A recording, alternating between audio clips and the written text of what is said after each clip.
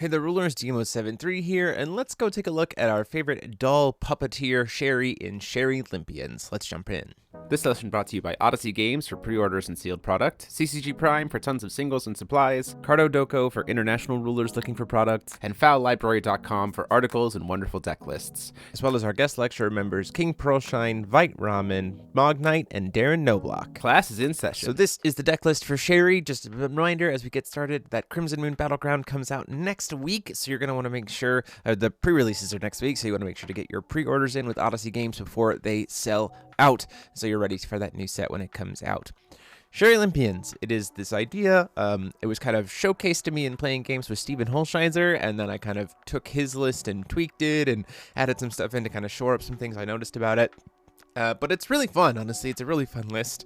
We're using the Olympian package as a way to have a win con because the dolls at this point do not do much. Like, we just have cards that are better for it. And so we can use a lot of Sherry's tools to really amplify the Olympians really nicely. And we can also make use of the best doll in the game, Last Audience, particularly combining it with Rogue Spectator or Magic Stone Research Institute, to be able to do some really good stuff. So quickly to talk about Sherry, so once per turn we can activate her effect for 0. That lets us then put a copy of one of our stories from our story deck onto the chase and cast it. Keep in mind that this does bypass your timing restrictions for it. So if you're playing something like Black Tears, you can play that at instant speed even though it's not. Same with Shed a Seed of Rebirth. In the match you saw that I moved out Black Tears for Approaching the Truth. The other thing to note about Sherry is that she can sideboard with the story deck, so you can kind of pick what best suits your format. So Ruin Stories is in this story deck to be able to flip stories face down primarily, so that we can keep reusing things like Seed of Rebirth and Last Days of a Powerless Dragonoid. Seed of Rebirth is great because it gets us a 2-drop and a 1-drop, so it can get us back a Dark Alice plus an Olympian or 2 Olympians, and you could do all kinds of crazy stuff with that. Last Days of a Powerless Dragonoid, just in general, helpful for being able to stop Fire Chance just as a backup. Evil Elemental Uprising, Unchaseable, hit the graveyard, which is great, and then Black Tears would be board wiping, or you could use it for Approaching the Truth for some more card draw. Going into the main deck, we're playing a couple Garians, 4 Swords, 3 Last Audience. The Last Audience, again, opponent must block it if able and must attack it if able.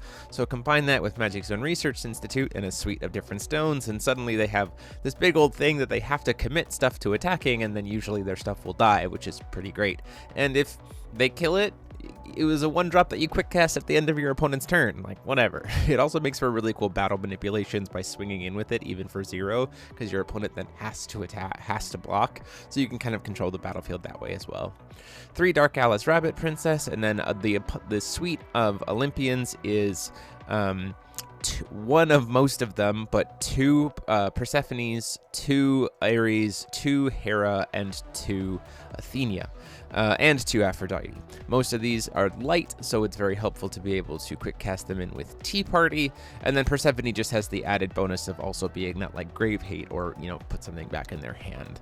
So from there, we're playing 3 copies of the Killua spell for some addition hate and draw power and automatic cancels because we're playing Persephones, 3 copies of Tea Party, some spot removal in the form of Lumia, and Sealed One-Eyed Dragon. And then that is the list. So it's a lot of Olympians in the list, but you are supported and you draw a lot of cards with this deck. So ton of fun. You can check out the link to see this list in the description below. Absolutely recommend trying it out with your friends. It is an absolute blast to play. Let me know what you guys think, or if you guys have been playing Sherry a little bit differently since her unbanning in the comment sections down below. And until next time, this is DeMeulle73 saying class dismissed.